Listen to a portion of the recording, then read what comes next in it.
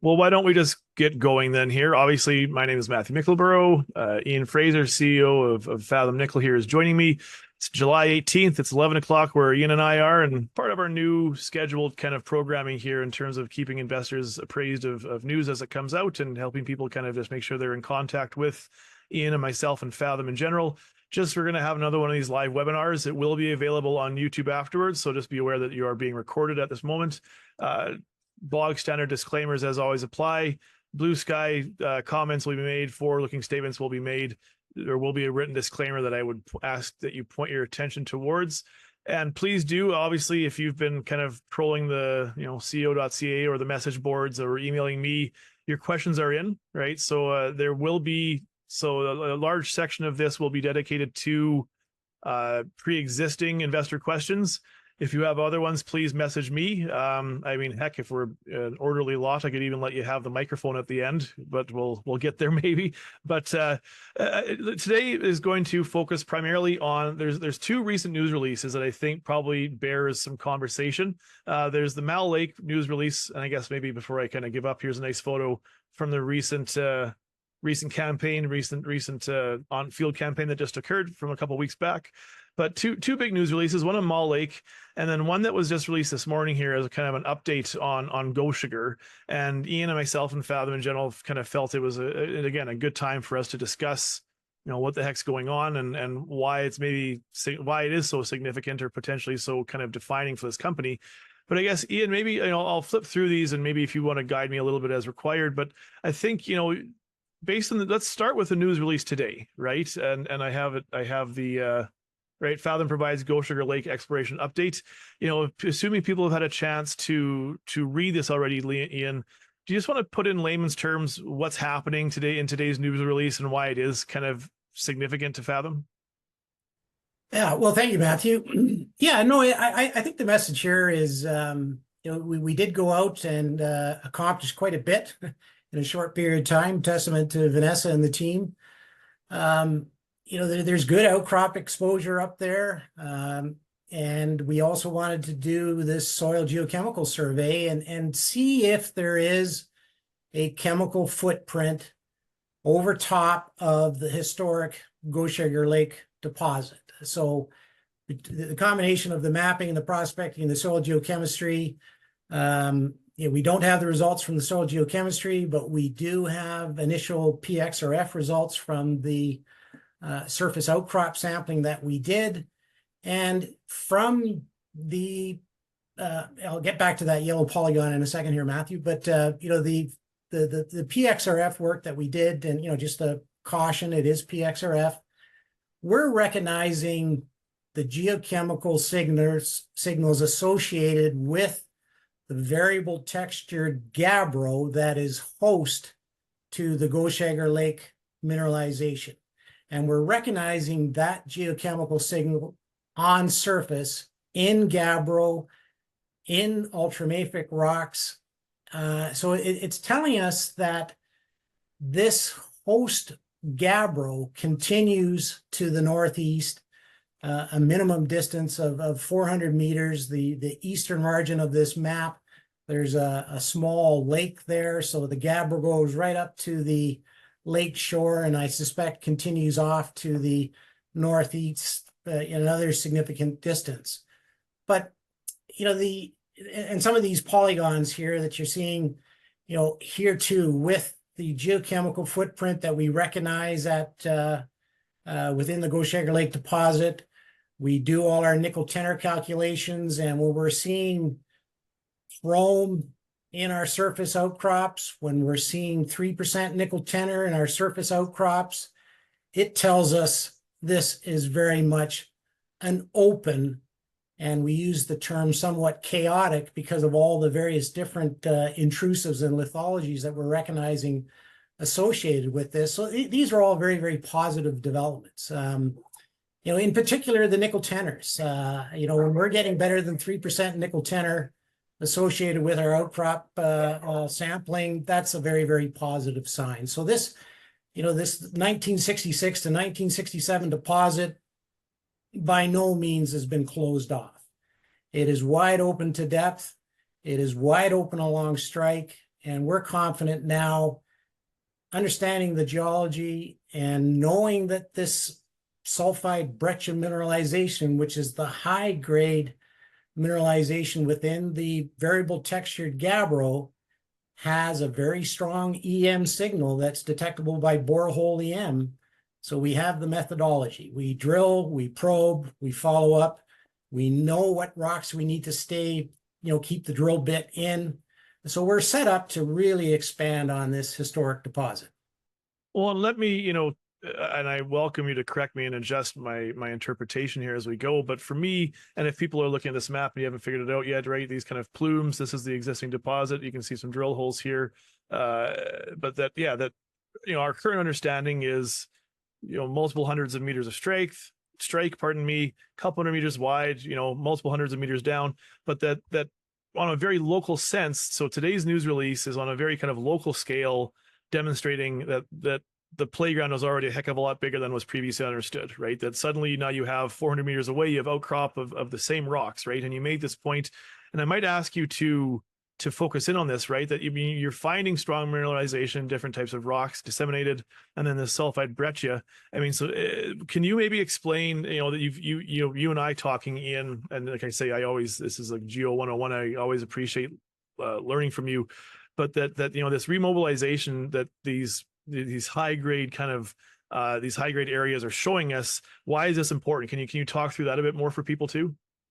Yeah. Okay. So thanks for pointing out where the deposit is in this image. And just one point on that, what Vanessa has done here is she's projected the mineralization contained within the gabbro to surface, but only the mineralization that's above this horizontal fault that we recognize in the deposit. And there's a lot of mineralization in the footwall of that fault. So we're only seeing the hanging wall expression to surface. Now, we recognize that the disseminated sulphide, so the disseminated pyrrhotite that is hosting the pentlandite and hosting the chalcopyrite, and to some extent the disseminated, let's just stick with nickel. So the disseminated pentlandite and pyrrhotite and these semi-massive to massive sulphide breccias, that is the same common sulfur source. And we know that these breccias are remobilized. So what that tells us is within this gabbro, these sulphide breccias, they're all going to be interconnected, and they're coming from a larger puddle, a larger pool of sulphides, and they've been remobilized and they're ripping through this variable textured gabbro. So there is very good potential for finding puddles, pods, lenses of massive sulphide within this gabbro along strike, because we know that these breccias are remobilized. So they've come from somewhere, and there might be an image here, Matthew, where we draw a comparison to Voisey's Bay. So these things are going to be, as I said, interconnected within the gabbro. Yes, there is more than likely a common source, a feeder out there. But the message I want to sort of get across is, now that we know that we've got an additional 400, 500 meters of very, very healthy looking rock, there's potential to find semi-massive to massive sulphide breccias within that additional 400 meters of strike. And that to me is very, very important. And again, I can't emphasize enough the very, very steep controls to this mineralization, to these multiple intrusive phases, and the fact that the majority of the historic drilling was done vertically.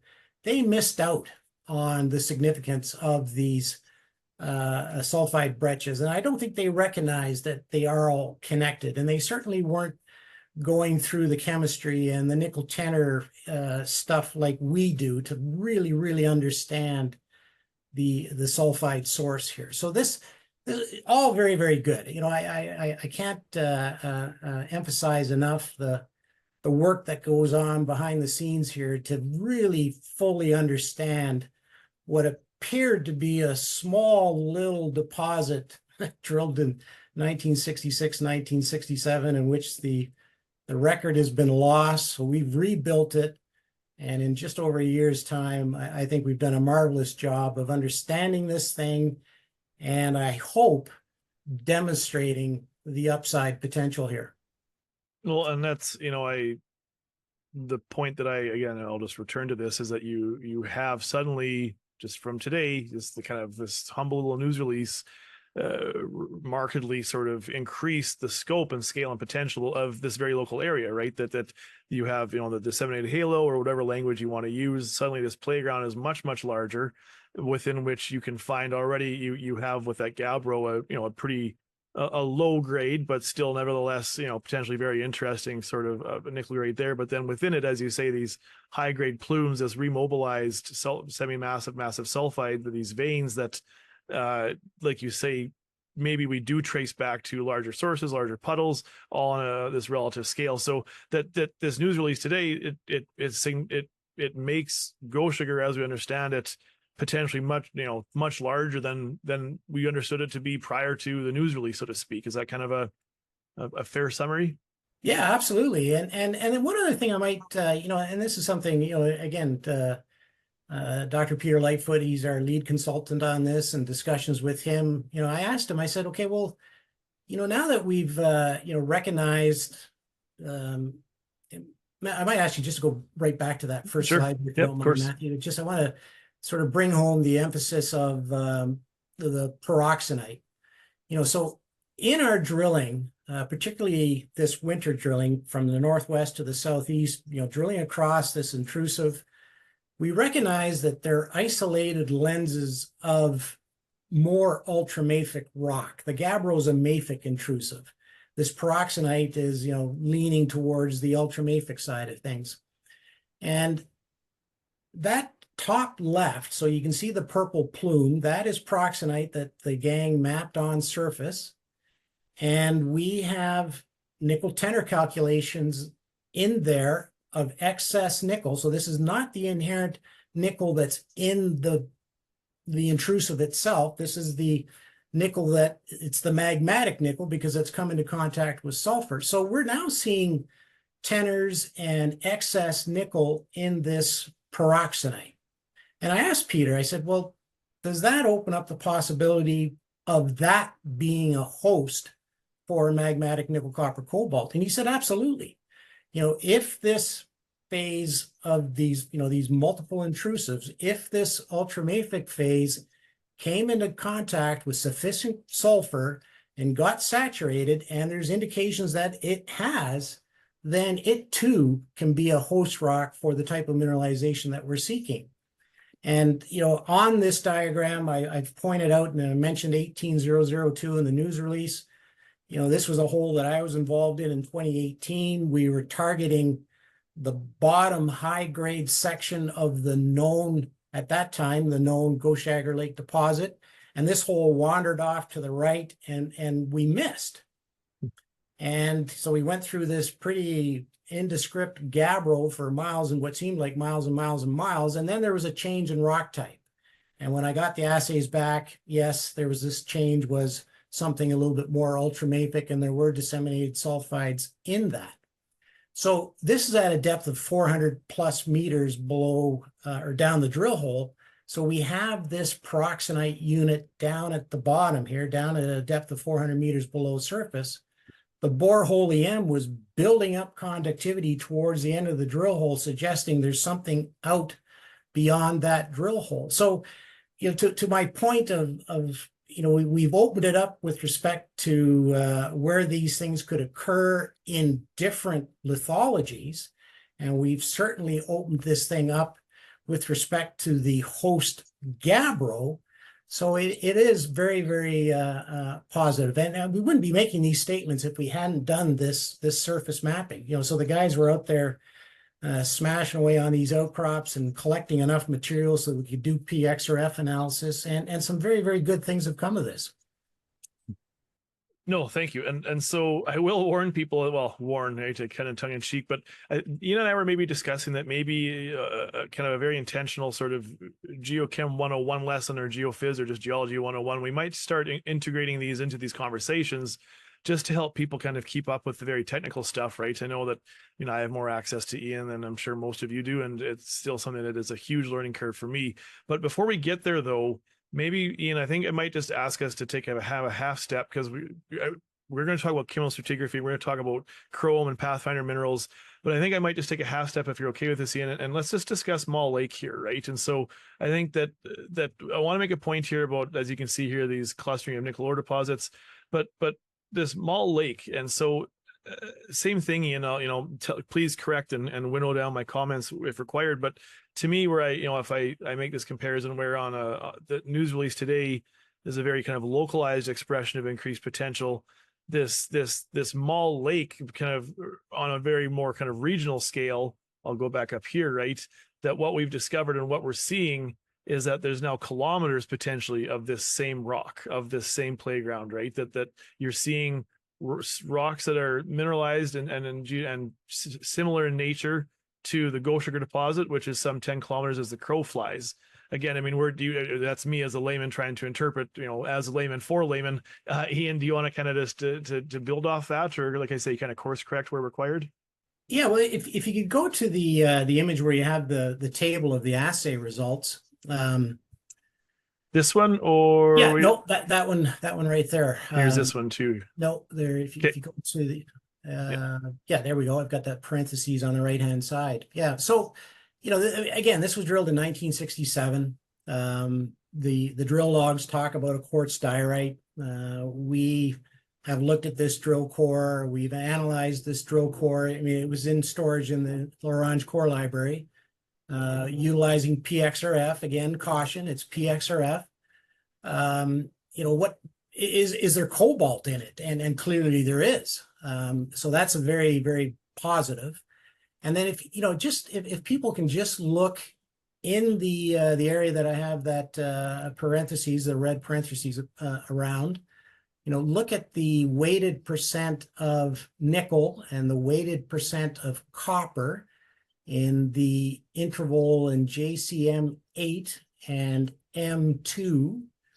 M4 is not going to work. And then the bottom four are the results of our own drilling. That nickel to copper ratio at Gochager and the nickel to copper ratio at Gochager are exactly the same. At Mall Lake, rather, yeah. I'm sorry, at Mall Lake, yeah. And so now that we know that there's cobalt associated with that, and we, again, utilizing tenors and nickel copper, nickel cobalt ratios, how these metals fractionate, reel me back in when you have to, Matthew, in this magma, if they're demonstrating the same signal, it's telling you they're coming from the same source. So, broad brush here, the source that supplied the Mall Lake nickel, the source that supplied the Gochager Lake nickel are one and the same. And to your point, Matthew, there's 10-kilometer gap there. So this thing suddenly is becoming enormous in its potential. And these other red dots that you see on this particular image, there's nickel at Hood Creek. There's nickel at Nipu. The Hood Creek, there was some drilling done there. I think it was 1950 vintage. Some of that drill core is available in L'Orange as well. We'll be going back up there with the PXRF and having a look at that stuff. So if we're recognizing all these same tenors and ratios and a sense of how these things fractionated within the magma, and if they're all giving us the same values, yeah, wow, this thing is big. This thing is really, really big, and there's going to be a lot of these types of deposits within our 22,000 hectares. And so maybe this is right. So buckle up, right? To get your pencils out, sharpen your pencil, sort of thing. I think we will take just 5 minutes here and do a little bit of an educational thing, because I think this is the time to do it. I'll scroll down here and remind me. Let's get back. I do want to talk about this fact that I want Ian rather to talk on this fact that nickel sulfide ore deposits come in clusters. And I guess that's the punchline I want people to understand in terms of what's happening on this scale. But and I kind of warned Ian that I'm going to butcher this first, and so maybe some of you understand this. I mean, to me, this looks like an oil log, but I'll kind of butcher my way through this first, and I'll let Ian kind of work from there. But it's not as, if this is your first time seeing this chemostratigraphy graph, it's not as maybe confusing as maybe your initial fears are, right? It's a depth chart and showing you, right? So here are to the right hand side high, left hand side is low, right? And so Ian's going to be commenting on the fact of this consistent level of nickel tenor, which is a big part of this story if you've been following. And then same thing, right? So you have color coded different rocks here at different levels or different lithographs or different stratigraphs of the ground, and then from right at high to left is low. So Ian, do you want to, having told that, do you want to discuss maybe the importance of, so what are some of the things you've interpreted from this chemostratigraphy that is helping you get excited about what's going on here? And then obviously referencing chrome and nickel tenor here too, I guess, right? But yeah, okay, well, look, yeah, the hanging wall is, that's the upper part. And what we're seeing at the top part, if you look on the left, that is the amount of magnesium in the rock. It has a pretty consistent signal. The next column is how much chrome is in this rock. And then the third column is nickel tenor. And we've got a magnesium to chrome ratio. And then probably the second from the end, this is important, this is nickel. But just think of that as to an indication of sulfur in the rock. And you can see that the hanging wall rocks that we now refer to as a norite, they don't have any sulfur in them.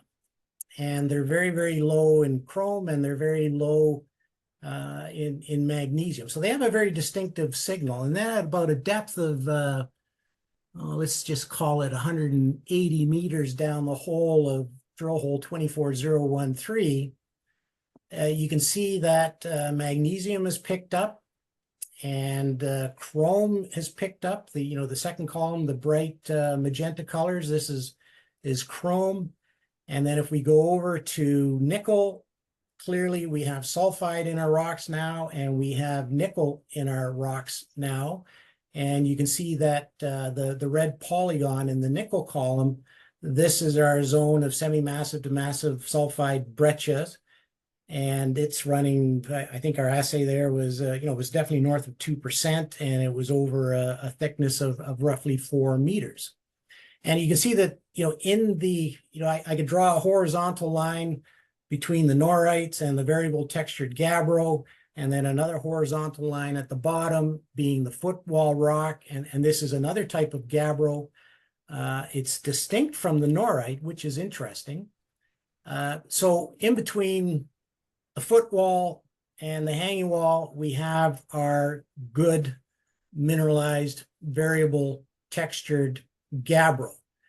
And the mineralization within there is disseminated to semi-massive to massive sulfide. And then the purpose of that red line is just to demonstrate that our nickel tenor calculations for the most part are hanging around 3% nickel.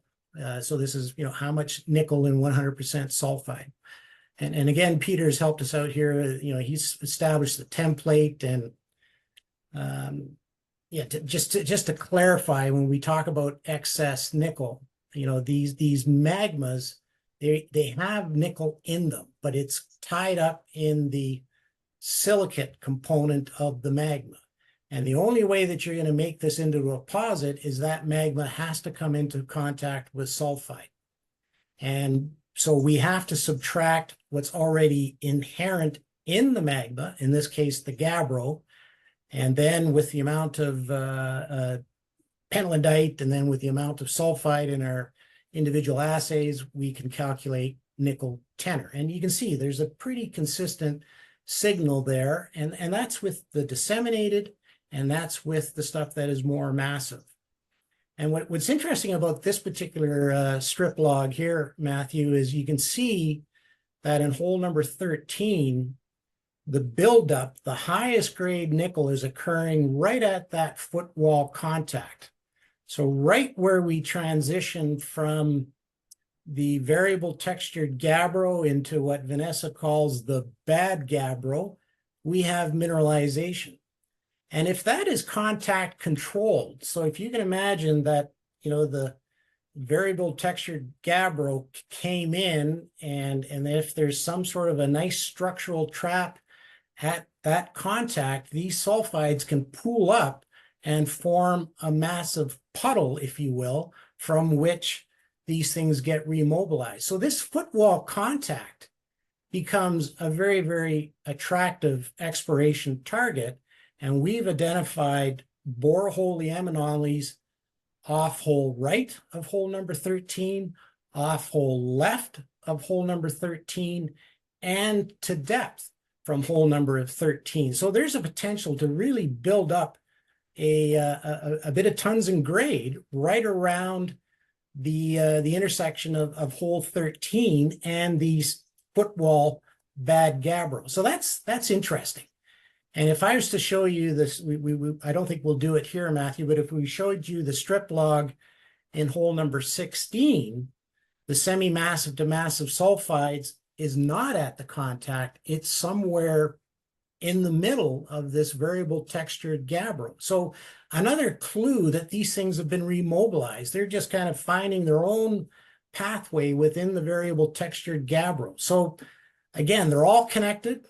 There's a common source, and this source is more massive sulfides. And this is the fact that all this stuff has such a prominent, strong electromagnetic signal detectable by borehole EM. We know how to find them now. We know how to find them. And our batting average is pretty damn good with respect to borehole EM and returning intersections greater than 1% nickel. Well, and I think you're getting into it here, right? That the subsurface understanding of what's happening is growing leaps and bounds, making for higher confidence future exploration, which of course people can the knockdown effects from there are many and positive.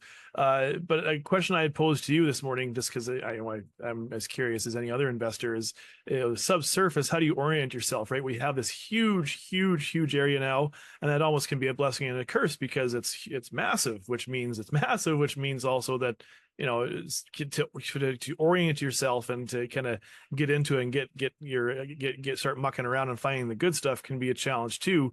And we were talking just about chrome as a pathfinder element. Do you just want to talk, which you mentioned it's potentially unique in terms of your understanding of Gochager, but maybe the importance of chrome as a kind of a pathfinder element too? Yeah, well, I'm glad you asked that because I think I might have sort of skipped that and the significance of it.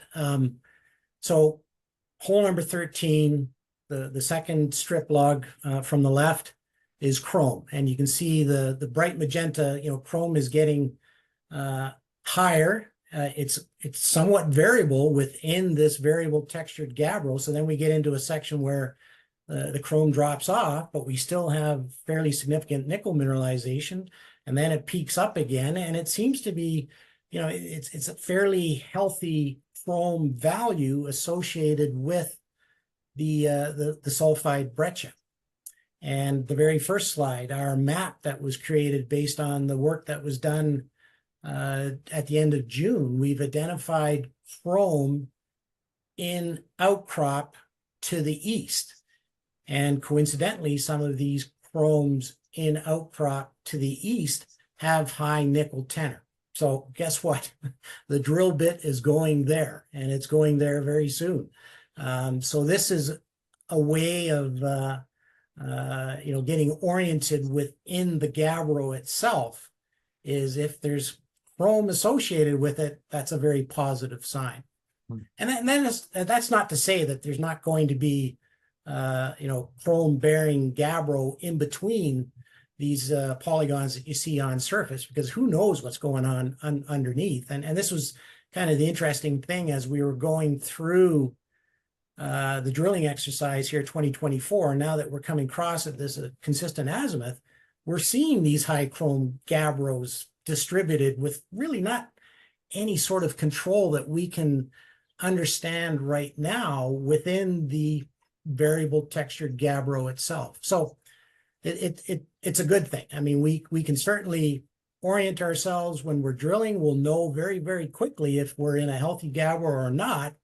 And now that we recognize this on surface, it just gives us more strike length to play with. Mm.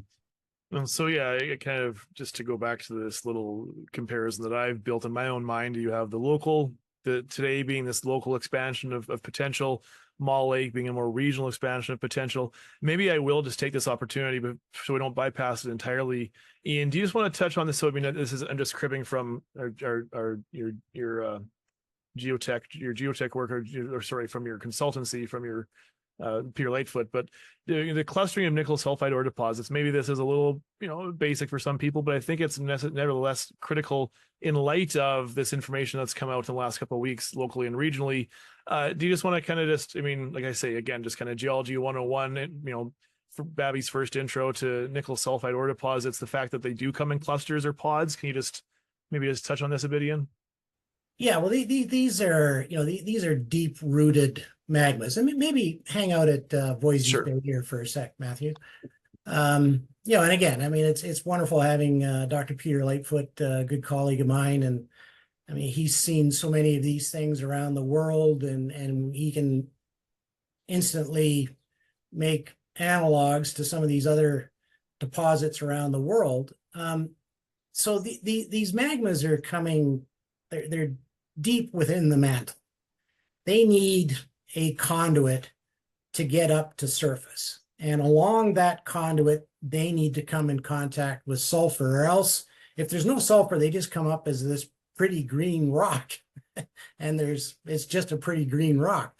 But when they come into sulfur, they get somewhat prettier in my mind, at any rate. So you need that conduit, and faults, structures, thrust, sutures, whatever you want to call them, that creates the opening in the crust for these magmas to come ripping up and do their thing. And what's important about Gochager is we feel we have such a conduit. The work that we did with the 2008 VTEM survey, nobody followed up on that survey whatsoever. We took all that data, I put it in the hands of some reputable structural geophysical experts, and they came back with this thrust zone that rips right through. This is available in our corporate deck on the website. So we've interpreted this fault zone, and coincidentally, Gochager there is sitting right there. So it's right adjacent to, if not immediately on top of this interpreted fault zone, this conduit. And then they've also interpreted signals to the southwest, to the immediate southwest, and to the immediate northeast that look just like Gochager along this thrust.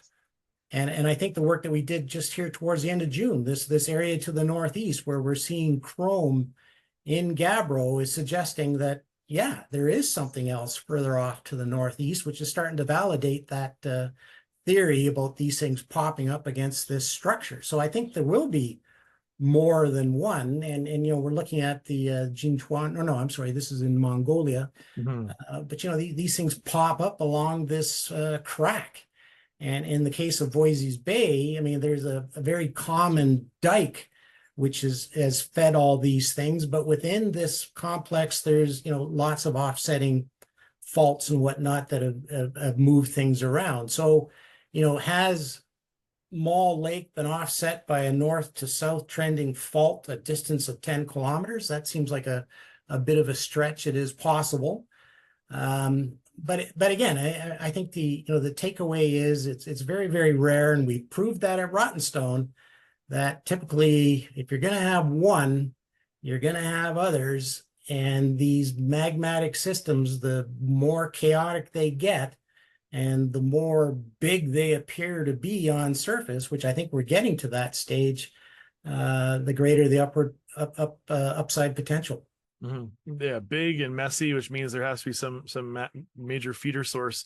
And I think that again, this is I'll leave you room to respond here, but this is something that you and I were talking about is, and the thing that myself and Doug and Ian get questions from people all the time is find the source, find the source, find the mother. How do you get there?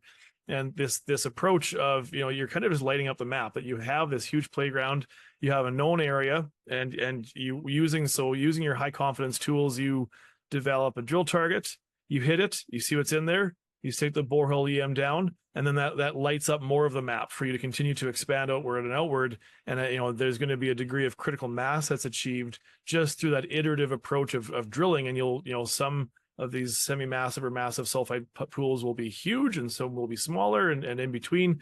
But it's this kind of the need for meterage to achieve a critical mass that I think is maybe what people are missing.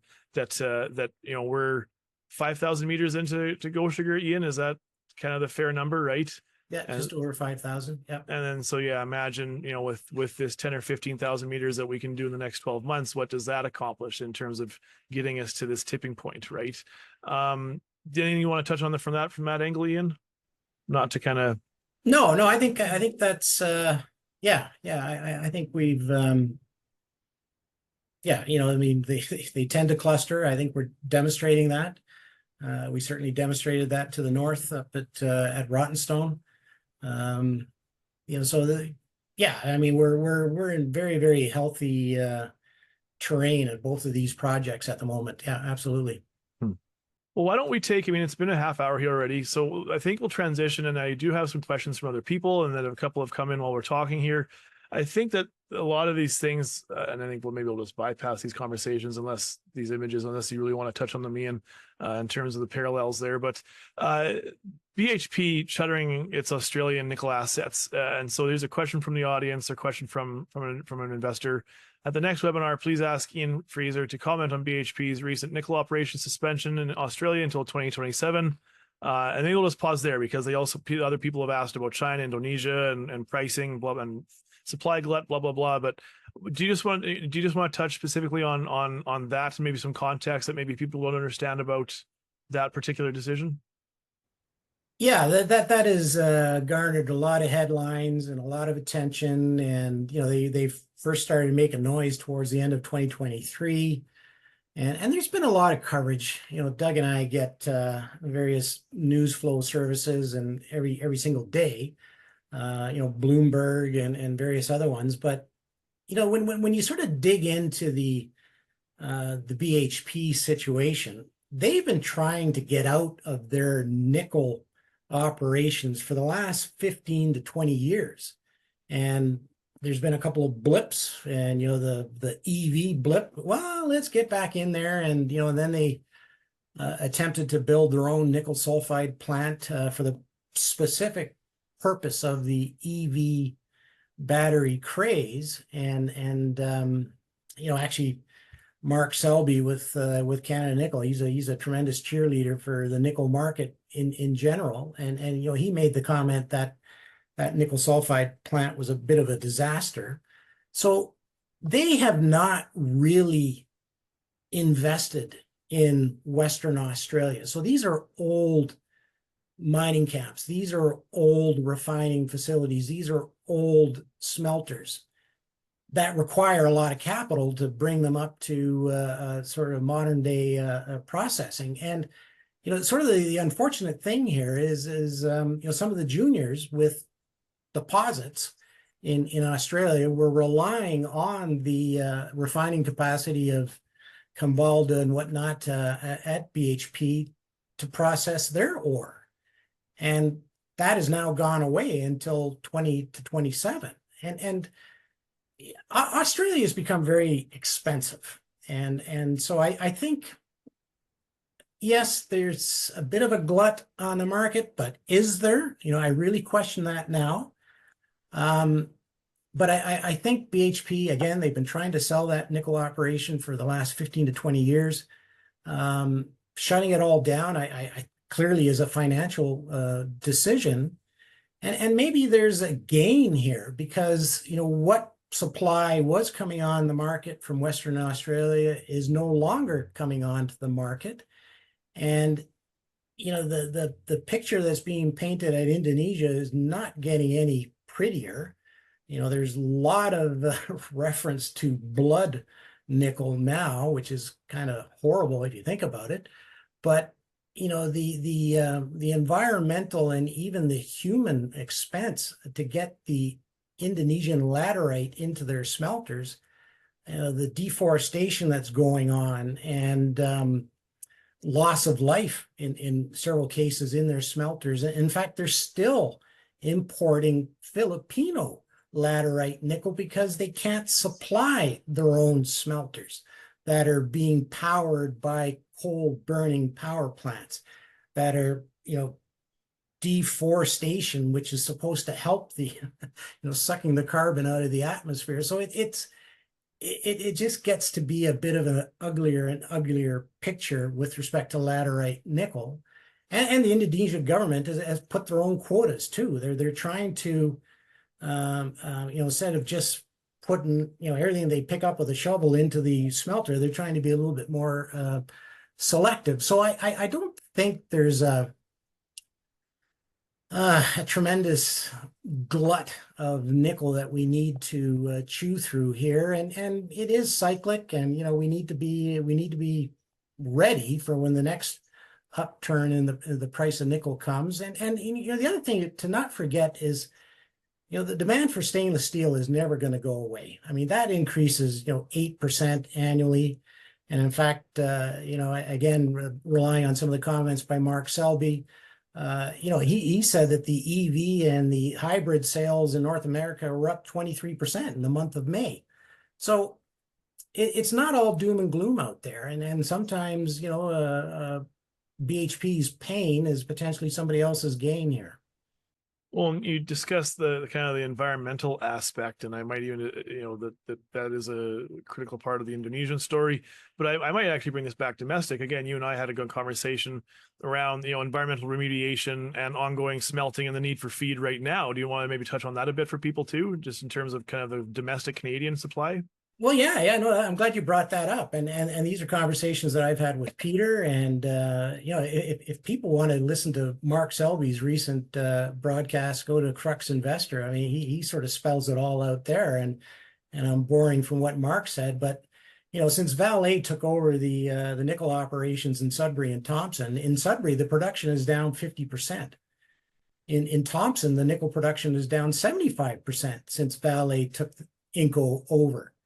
And my point here is they have this refining capacity that is nowhere near at 100%. And both mining camps have been in production, Thompson in production since the mid 60s, and the Sudbury production goes back to the early 1900s. These plants, you can't shut them down. You just can't shut them down. You got to keep feeding them. So I think there's going to be a tremendous demand for environmentally sound sourced nickel in North America, and I think Fathom Nickel is set up perfectly for this situation. I mean, these things take time, obviously, but I just, you gotta go with the ups and the downs, but I think long term things are still very, very positive with respect to nickel and nickel demand. No, and fair enough. And I think that the critical metals aspect of those things is impossible to ignore too, right? And I think that ultimately what this means is that maybe it might require a bit of a research paper or to do some digging, because I think this is on people's minds in terms of the macro sort of nickel market. And I think, Indonesian nickel, there's a base price there. I won't bother trying to make up the number. I've read it. There is a base price that they need. So from a North American perspective, it's the most price competitive deposits are the ones that will be developed, because of course, but especially the deeper onus on that because of a certain degree of international, not price fixing, you want to call it OPEC style price fixing, but that the competitive, it's the cheapest ones, the lowest quintile or quartile are the ones that will be developed. And I think, still extremely early days, but just speaking for myself, that, the Saskatchewan jurisdiction will allow push, Gochager to if it moves ahead to a construction decision, blah blah blah. The Saskatchewan jurisdictional advantage is there, and then that critical metal need from a United States and a Canadian perspective in terms of needing feed for smelters. There are reasons to be optimistic, and I think that as Ian said, that I think that the pendulum swings maybe in terms of investor morale more so than it should, right? And then in those overswings there is potential, or that's opportunity as well. So not to get too far into the editorials here, but no, so the BHP shuttering. Other questions, maybe again, maybe on the kind of that government sort of approach question here, and they use the term lobbying, but conversations, dialogue, I think maybe we can universalize the language a bit. Is there lobbying happening by Fathom, whether that at the provincial or federal level, ongoing currently? And I'll stop there, right? And so, what is your relationship with with Saskatchewan, with the feds, and maybe what organizations are there also to advocate or lobby on your behalf to, for people to know? Yeah, well, again, the Saskatchewan is a fantastic jurisdiction.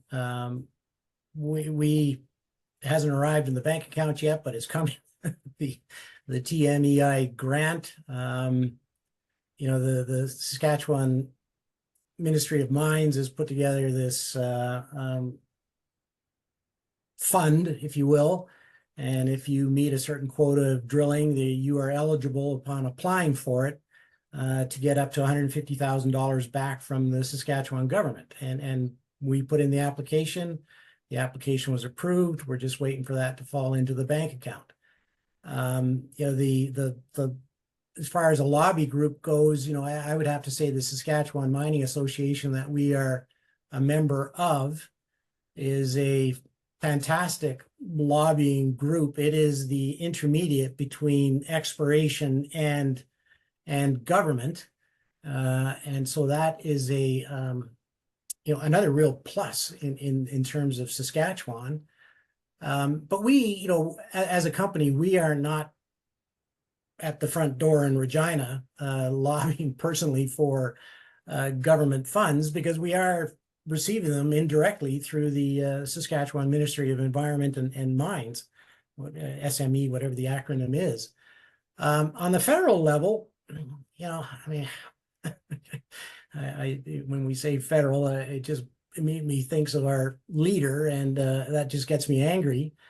But they're pounding their chest about all this available money for critical elements and blah blah blah blah blah blah, but yet it goes in the hands of Rio Tinto, and then it goes into the hands of Honda, and it goes into the hands of some of the other companies that are building battery plants. But it doesn't seem to trickle down to the people that are going to find the stuff that's going to actually supply the material for all these various plants and photo ops that who is putting himself in front of.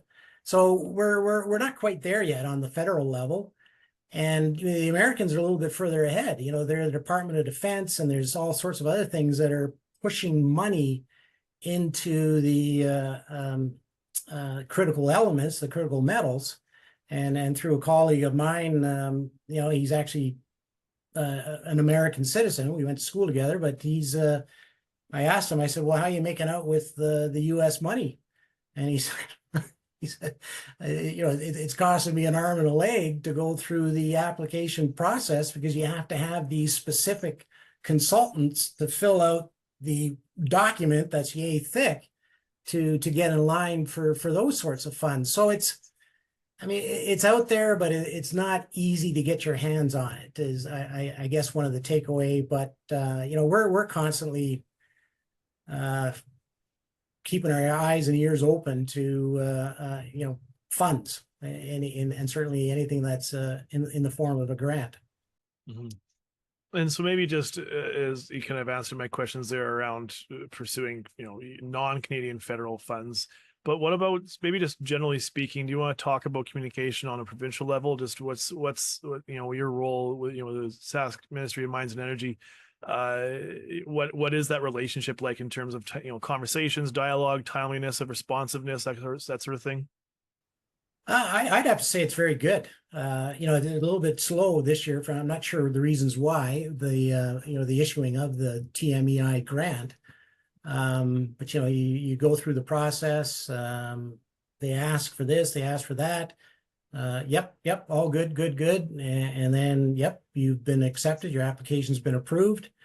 With respect to, we've had this conversation before, but the avenues that you go through with respect to the permitting and the avenues that you go through with respect to First Nations consultation, it's all very positive in Saskatchewan. It's all very, very good, and and they're constantly looking for ways to improve things.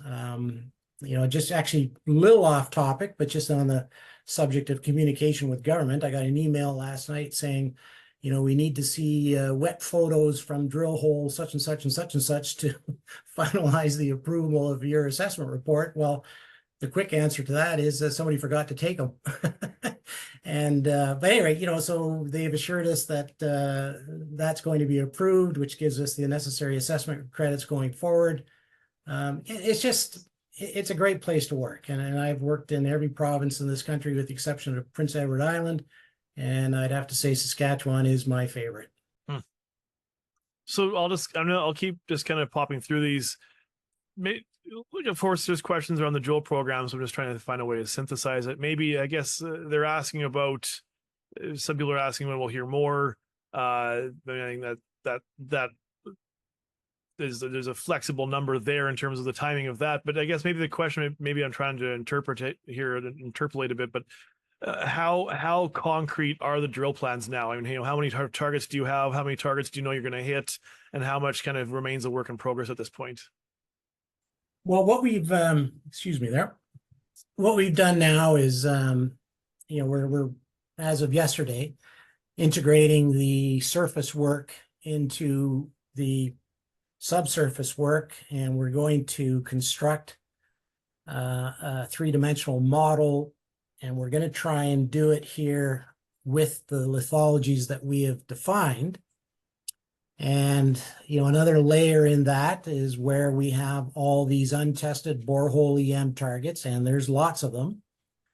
And on top of that, we've, again, looking into the VTEM survey that was flown in 2008, we've got this mag signal that sits just on the northeast boundary of the Gochager Lake deposit. And through inversions, we see that this mag high is consistently there down to significant depths. So this is going to get incorporated into our model. And what's interesting with that mag signal is the stuff that we've done on surface. We seem to be finding all the right rock types right on the actual peripheries of this mag signal. So we don't really know yet what that is, but it is consistent to depth. So that will go into the model. And then, we have multiple targets to drill test as we speak based on the 2024 drilling. But now we're in a position where we can, step out a little further afield, a little further along strike, and that most definitely will be part of the next round of drilling. Do you think? I think a natural follow-up. Are you how far from Gochager will you stray? I have this picture up here of Mal Lake. I mean, will there be something kilometers away from Gochager? How far out do you think you'll go here? Well, on that initial map, on purpose, we put on the location of hole number 23011, which was the last hole that we drilled in the fall of 2023. You can see that black diamond there and right beside the drill hole trace. The hole was collared in metasediments, and then we got into gabbro, and we recognized that we have excess magmatic nickel in that gabbro, and there was two very, very prominent borehole EM anomalies, one off hole left and the other off hole right, in that detected from hole number 11. So that becomes a target very, very quickly, and that's roughly 400 meters away. So to answer the question, how far will we go? Right now I'd say, let's add on another 400 to 500 plus meters of strike and see if we can, find ourselves in the right gabbro, which I think hole number 11 is telling us that we are. And as long as we're detecting borehole EM targets, we'll drill them. Fair to say that there's just been such an influx of new data that kind of it's maybe throwing things up in the air a little bit in terms of where we'll go forward, just because that data needs to be collected, collated, interpreted still a little bit. Yeah, I think so. I think that's a fair assessment. We know we can build on what we have at Gochager right now. We know we can continue to build that to depth. We've got indications of these puddles that we were talking about earlier. They would require some additional drilling. But at the same time, I think we've got to be mindful to continue to demonstrate the real upside of this. And the only way we're going to do that is to step a little further afield along strike and test some of these other targets that we're currently developing. Mm-hmm. Continuing with the grab bag here, this one's from White Fang. Will GL 18002 be drilled deeper? You can see it here, and it gets referenced in the news release recently here. But do you just want to touch on that, and maybe for people that aren't familiar with that hole, why maybe he's asking that in particular about that particular hole? Yeah, well, that's the hole that we were talking about a little bit earlier, where we found ourselves now. We terminated that hole, that being me in 2018, in this peroxenite unit, this ultramafic unit that did have some nickel sulfides in it. The borehole EM, we detected that wonderful off-hole anomaly around 280 meters. We've drilled that, and that has led us to our hole number 9, our hole number 12, our hole number 13. So these were all sulfide breccias, but there's something building to depth towards the bottom of that drill hole, suggesting there's something a little bit beyond the drill hole in this peroxenite unit, which seems to be a bit healthy. Do we want to extend that hole? Physically, I don't think we can. I've got to go back through my notes, but I think 18002 was drilled using BQ core, and we're currently utilizing NQ, so it would take a complete redrill. But knowing what we know now, we'd like to maintain this northwest to southeast azimuth so we can target that area from the northwest to the southeast in its own new separate drill hole. So there is a target down there that we need to test. But unfortunately, I think we'd be more or less re-drilling the hole if we were to try and enter that hole with the slightly bigger bit size. Short answer, yes. Long answer is it's a bit more complicated, but still yes. Yeah. Albert Lake comes up. Is there still plans to get on there at all for nickel, right? Or for gold, I guess, right? But or is this wholly a Gochager Lake year? The financial decision that's Doug and I have made here is just very, very difficult to fund two. If we had the money available right now, I'd be out there drilling at Albert Lake. Absolutely. I think that hole number 77, without getting into too much detail, is telling us we're very, very close. We're very, very close, but it's going to require, let's say another 3,000 to 5,000 meters to find that prize at Albert Lake. With respect to what's going on with the neighbors to the south, yeah, that's constantly being monitored, and we've got an awful lot of territory that butts right up to them that potentially has gold in it. We are mindful of that, but we're just going to keep our plans close to our chest with respect to what we might do in that sense. But again, just maintaining the focus on nickel, and getting back to the first part of that question, Matthew, is I think we can finance. We want to do 10 to 15,000 meters of drilling at Gochager. That is our focus over the next 12 months. We're going to get this camp built. We're going to get ourselves set up where we can go at this in a more efficient with respect to drilling costs. way at Gochager, and you know, at the end of 10 to 15,000 meters, we'll have a pretty good idea of what we have on our hands at the Gochager Lake deposit area. Yeah, achieving that critical mass, hopefully, right? And I think that, just everybody very reasonably questions around financing, right? I mean, people are concerned that, our timeline's slipping, right? And I think that, there's any junior explorer, there's a natural fear that it's hard to raise money, hard to raise money right now. Nickel's in a tough spot, as we touched on, fairly or unfairly, and give it a couple of years for things to shake out. It probably won't be nearly as bad in terms of morale, in terms of sentiment as it is now, but we are in the here and now. And I guess just people want to know, right? I mean, are there struggles? When will we see an update? Is there delays? And can you just, again, it's all material. You can't say a thing until it's all announced, right? But I mean, just anything you can say to kind of help people through these kind of, nail biting moments. Yeah.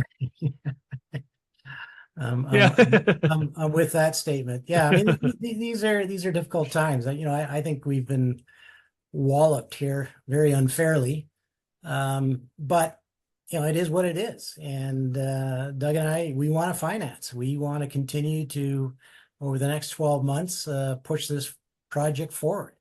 Recognizing the dilution at these levels, we're being a bit coy here, and time will tell. But rest assured, we want to finance, and we want to, in a perfect scenario, we want to be drilling in mid-September at the Gochager Lake project. How we go about that, and again, I mean, we find ourselves taking calls from interested parties. And those discussions, even last week, there was another party that approached us, and we'll be sitting down with, so there's options out there, and I think we can finance. It's just where and how do we finance, and we're just keeping all doors and options open as far as that goes. Yeah, making sure that the shares end up in the right hands, I think, is a big thing, that a big part of this conversation from my perspective. Maybe, I mean, can you just to, again, just to help with the people that are not in the know so much, but people, there are interested parties that are approaching you that want to take part in financings. There is that sort of external interest where obviously any financing requires a lot of door knocking and foot pavement pounding from the company. But I mean, there are interested parties that have approached you looking to take part. Yes. Yeah. The short answer to that is yes. Can you give us a, bigger than a breadbasket kind of thing? How many, half a dozen, 2, 4, 10 kind of thing? How many people are? Well, I mean, we could, if we want to stretch it out over a bigger time frame, there's been, we've had discussions and inquiries from well over, I'd say up to a dozen various, levels of producers, off-takers, mid-tiers, financial people that, maybe a slightly different creative way of doing a financing. So there's been, I'd say 10 to 12 of those sorts of discussions in the last 6 months. Yeah, and I think that's maybe again, not to overstep or to misspeak, but just that of course I understand the concerns, but from my perspective, it seems that remains a large amount of interest in this story. And it's more so, just making the right deal with the right people seems to be maybe the tweak that we're trying to make sure we have done correctly. I do encourage people to get questions in. I think there's just one left here, and this is one that just came up organically on CEO. It's from Nav to Play Egypt, and people, if you've seen it there today, if you've read the boards, but I'll just read his comment, and maybe I'll ask you to respond in kind, and just to help kind of people understand what's going on here. But just geochemical target model approach is typically very inconsistent, given that the A-level soil horizon, which is likely what is being utilized here, can reference the potential source rock from distances that could be up to 5 kilometers away. A big nickel deposit, which is what is needed here to overcome the major producer backing negativity, will only be found with advanced geophysics and deep drilling. I mean, do you want to, there's concerns that maybe we're not utilizing the right exploration model, or not the right tools in the toolkit. Do you just want to touch on that just for the public record? Yeah, well, I'm a believer in geochemistry. I know there's some people that aren't. I've had, just Kurt Kaiser, the late Kurt Kaiser. I did a lot of work with him, and he just a tremendous geochemist. Another fellow that passed away, Dr. Colin Dunn, did a lot of work with him, and we have, through those two gentlemen, we have demonstrated that there is a geochemical signature over top various types of deposits. So, we've used that at Albert Lake / Rottenstone. And what I think is pretty cool there is our Bay Island trend has a soil geochemical signal directly over top of it. And it's not just nickel, it's, pathfinders and all the other metals as well. And then to the southwest, we've got that 4 square kilometer, very robust Trombley-Olson Nic 5 geochem anomaly. And I think what's happening there is we don't have a thick overburdened cover. And I think I'm actually starting to feel quite confident that the soil geochemical anomaly at the Nic 5 Trombley-Olson is pretty in situ based on the results of drill hole number 77 and the fact that we're getting, over a gram platinum, palladium plus gold in some of those soils. So we've taken that approach. We've thrown it over top of the historic Gochager Lake deposit. Correction, we are focused on the B horizon, not the organics in the A. And in our benefit at Gochager, there is not a very thick overburden cover. Will a similar survey give us a geochemical response directly over top of the deposit? We'll know in a couple of weeks when we get our assays back. So it's, I like to leave people with the impression that we try as many tools in the toolkit as possible. It's to be determined if soil geochemistry will recognize the Gochager-like mineralization. And if it does, well, then we're going to do this again over top of some of these other VTEM-defined geophysical targets, and then we'll get in there with boots on the ground mapping and prospecting, and then we'll get on the ground with our surface geophysics, and then when it's drilling, we'll be utilizing borehole EM. We threw a gravity survey at this thing this year, and there too, some very, very interesting results come out of it.